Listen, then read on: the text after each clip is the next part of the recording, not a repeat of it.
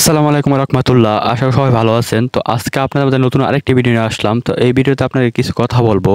তো আপনারা সম্পূর্ণ ভিডিওটা দেখতে থাকেন। যে আপনাদের অনেকেই স্বপ্ন দেখেন যে আমরা ১০০ মুরগি পালন করব, ৫০টা মুরগি পালন করব অল্প জায়গার মধ্যে, যে এখান থেকে আমরা কিছু লাভবান হব। তো এই ধারণাটা যারা করেন, এই ধারণাটা সত্যি আসলে এটা ভুল।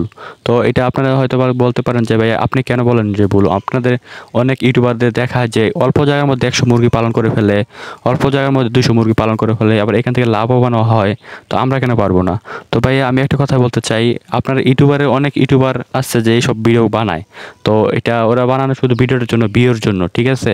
আপনার সত্যি কথাটা বলে না। তো অল্প জায়গার মধ্যে মুরগি পালন করলে হয়েছে কি, মুরগিটা অনেক সমস্যা হইতে পারে। যেমন ধরেন দেখেন, আমার এই অল্প জায়গার মধ্যে আমি প্রথম মুরগি পালন করছি ৫০ পিস। তারপরে এখান থেকে পরের বার পালন করছি ৮০টা পিস, এখন ১০০ পিস নিছি। তো মুরগিগুলা দেখতে পাচ্ছেন অনেক সুন্দর, কিন্তু সুন্দর তো দেখা যায়, বাট মুরগিগুলার পিছনে অনেক পরিশ্রম করতে হয়।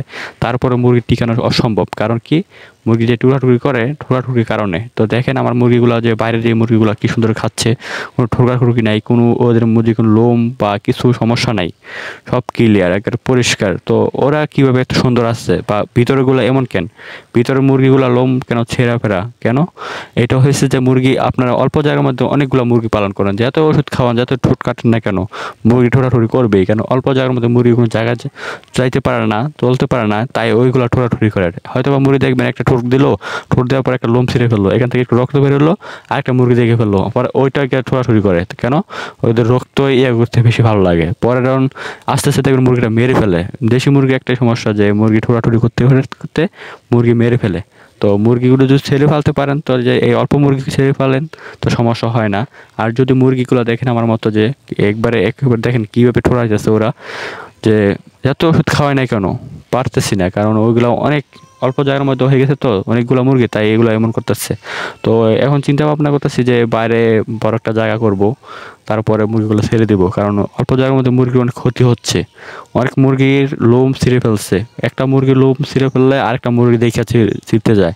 তো আপনারা যারাই এই আপনারা করেন যে অল্প জায়গার মধ্যে মুরগি ফেলে ফেলবেন, এটা ভুল, ঠিক আছে? তো আপনারা পারলে অল্প জায়গার মধ্যে অল্প মুরগি পালবেন, ঠিক আছে? আর যদি পালেন, তাহলে বড় একটা জায়গায় নেবেন, কারণ দেশি মুরগি পালতে গেলে ওগুলা ঠুকাঠুকি করেই।